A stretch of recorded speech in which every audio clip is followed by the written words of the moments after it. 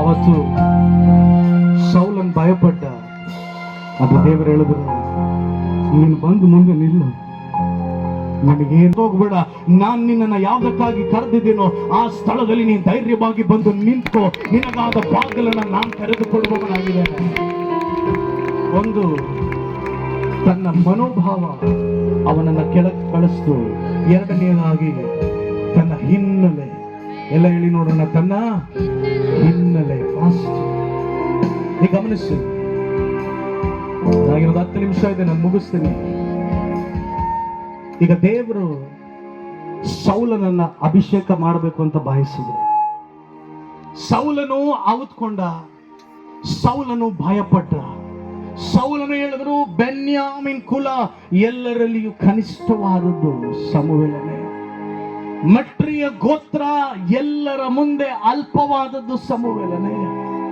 ಕೀಷನ ಕುಟುಂಬ ಎಲ್ಲರಿಂದ ತಳ್ಳಲ್ಪಟ್ಟಂತ ಒಂದು ಕುಟುಂಬ ಸಮುವೇಲನೇ. ಆದರೆ ದೇವರು ಹೇಳಿದನು, ಅವರು ಚೀಟು ಹಾಕಿದಾಗ ಮನುಷ್ಯನಿಂದ ಅಲ್ಪವಾದಂತ ಅದೇ ಬೆನ್ಯಾಮಿನ್ ಕುಲದಲ್ಲಿಯೇ ದೇವರು ಮೊದಲನೆಯ ಚೀಟು ಬೀಳೋ ತರ ದೇವರು ಮಾಡಿದರು. ಇಡೀ ಇಸ್ರಾಯೇಲರೆಲ್ಲ ಮುಂದೆ ನಿಂತಿದ್ದಾಗಲೂ ಅಲ್ಪವಾದಂತ ಒಂದು ಕುಲವನ್ನ ದೇವರ ಮೇಲ್ಗಡೆ ಎತ್ತುವಂತೆ ಮಾಡಿದನು. ಎರಡನೆಯದಾಗಿ ತನ್ನ ಗೋತ್ರದಲ್ಲಿ ಅನೇಕ ಗೋತ್ರಗಳಿದ್ದಾಗಲೂ ಮೆಟ್ರಿಯ ಗೋತ್ರಕ್ಕೇನೆ ದೇವರು ಚೀಟು ಬೀಳುವಂತೆ ಮಾಡಿದನು. ಒಂದು ಆಮೇಲೆ ಹೇಳ್ರಿ.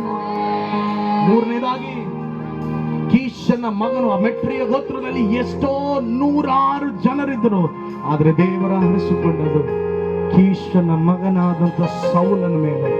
ತಾಯಿಯ ಗರ್ಭದಲ್ಲಿಯೇ ಇಸ್ರಾಯೇಲ್ಯರ ಮೊದಲ ಅರಸನಾಗಬೇಕಂತ ಹೇಳಿ ಬರೆದಿಟ್ಟಿದ್ದು. ಇವತ್ತು ಮಧ್ಯಾಹ್ನ ನಾನು ಹೇಳಲಿ, ನಿನ್ನ ತಾಯಿಯ ಉದರದಲ್ಲಿ ನಿನಗಾದಂತ ದರ್ಶನಗಳು ದೇವರು ಪ್ಲಾನ್ ಮಾಡಿ ಬರೆದಿಟ್ಟಿದ್ದಾನೆ. ಅದನ್ನ ಯಾವ ಸರ್ಕಾರನೂ ತಡೆ ಮಾಡ್ಲಿಕ್ಕೆ ಸಾಧ್ಯ ಆಗೋದಿಲ್ಲ.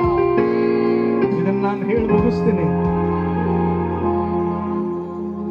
ನನಗೆ ಅಡಿಗೆ ಮಾಡೋದಂದ್ರೆ ಬಹಳ ಇಷ್ಟ. ಅದರಲ್ಲೂ ನಾನ್ ವೆಜ್ ಎಲ್ಲ ಕುಕ್ ಮಾಡಬೇಕು, ಮಾಂಸಾಹಾರಿ ಕುಕ್ ಮಾಡಬೇಕು ಅಂದ್ರೆ ನಾನು ಬಹಳ ಇಷ್ಟ. ಅದು ಇಷ್ಟಪಟ್ಟರು ಕೆಲವರು ತಿನ್ಬೇಕಲ್ಲ, ನಾನು ಇಷ್ಟ